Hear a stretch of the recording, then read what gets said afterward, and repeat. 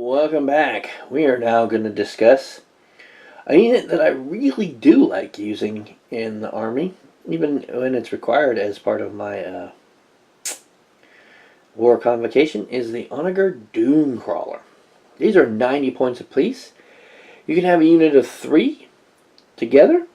They're weapon skill 3, ballistic skill 4, their strength 5. Their armor is 12, 12, 11. They have initiative 2. They're kind of slow and clunky. 1 attack and 3 hull points. Not really designed to be in close combat, but you can fix that. They are a vehicle walker. Must remember that. You look at them, you see a tank sometimes. Must remember that your opponent's not going to get in there and strike at that vulnerable rear armor unless you're immobilized. Make sure of it. Make sure of it. They come standardly equipped with the Eradication Beamer, a broad spectrum data tether, a Mantis force field, and a searchlight. Their special rules are Doctrina Imperatives, Crawler. They're never slowed by difficult terrain and automatically pass difficult terrain tests, but they cannot run. And Field Harmonics. A model with this special rule adds 1 to invulnerable save throws it makes for its Mantis force field, Immantis, for each other model within the same squadron with 4 inches. So they start off with a, I believe the force field's a 6-up save. Let me verify that. Don't want to lie.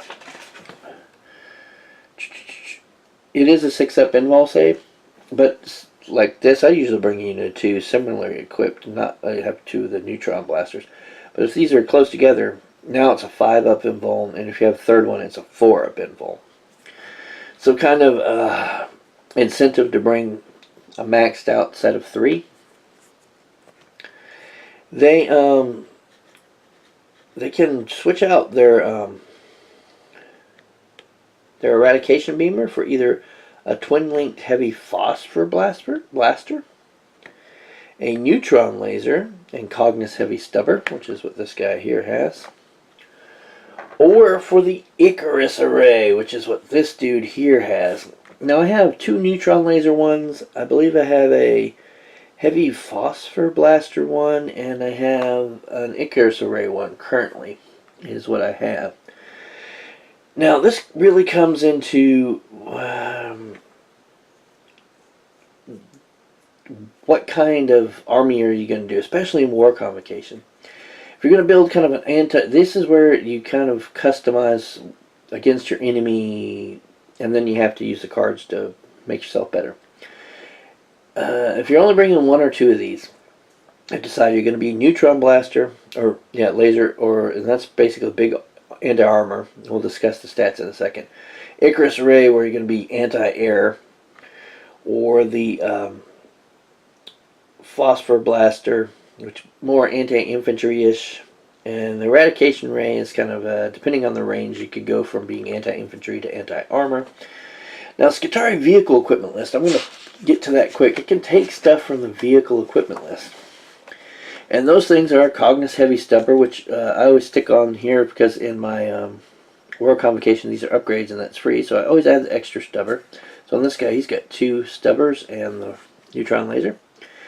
And smoke launchers for 5 points. That's a good add if you need the cover save. Mine scanner probes or Cognis manipulators. I always add the Cognis manipulators because that makes them really nice in close combat. So let's go look at all this equipment and weapons and see what it does. So, get to the right page here. Alright, so the first one we're going to talk about is the Eradication Beamer. Standard weapon.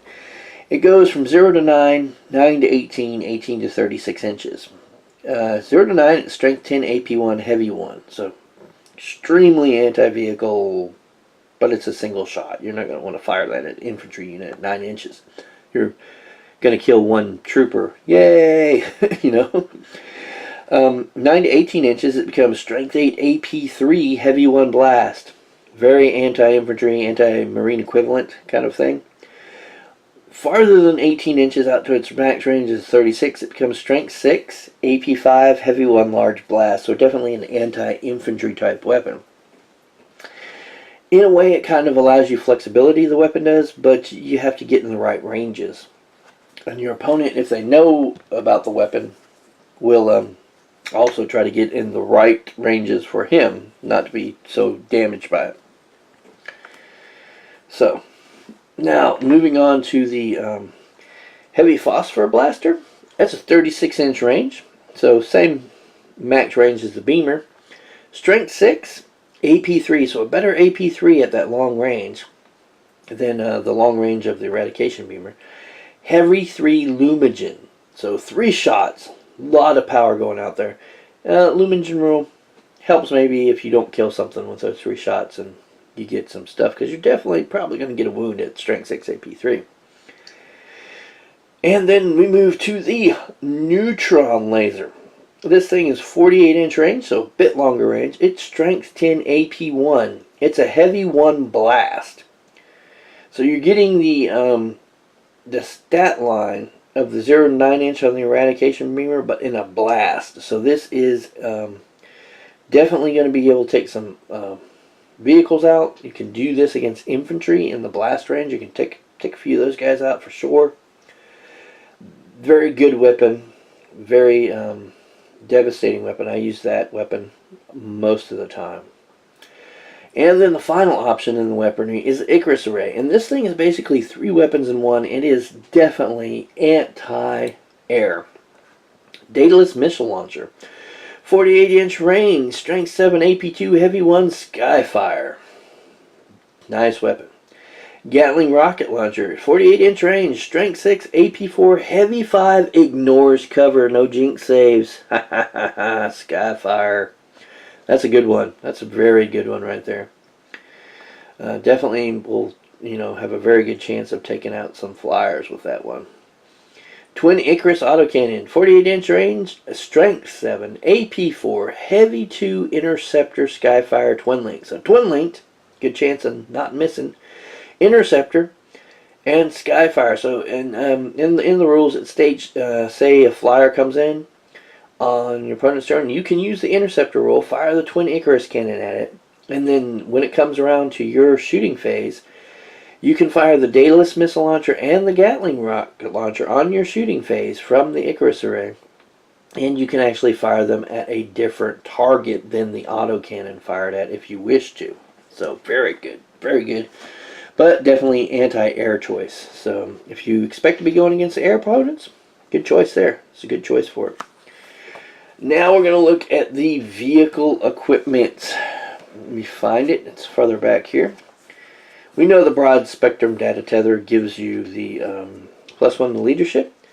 The Mine Scanner Probe.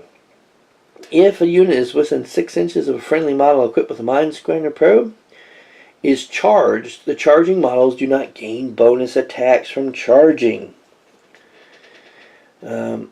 So, interesting, isn't it? Interesting.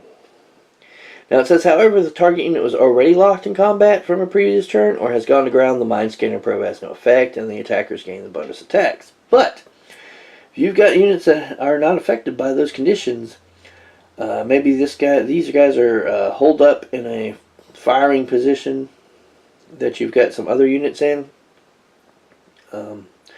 guarding some objectives on your side of the board or whatnot.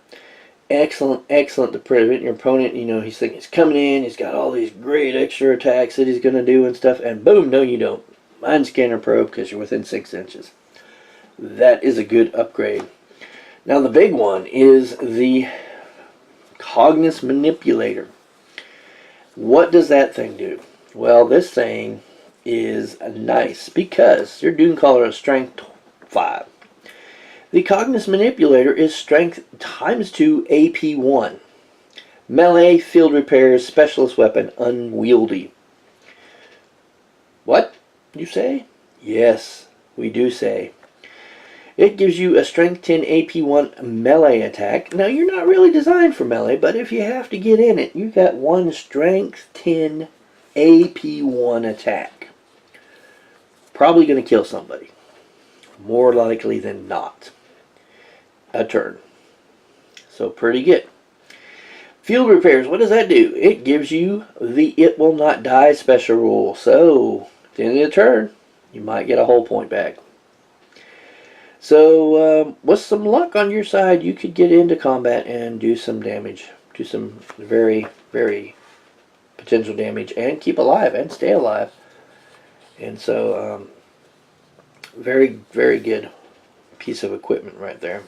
Well worth the points for the it will not die, and then the being able to do some serious damage in close combat if someone comes after you.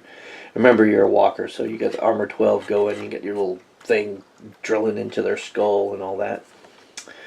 I like the Dunecrawlers. I personally like this version of the Dunecrawler. I do. I actually converted one of these into one of these, because when I got them, I got 3 of them from the person I got them from, and 2 of them were anti-air, and one of them was the heavy phosphor blaster. I kept the heavy phosphor blaster in this one.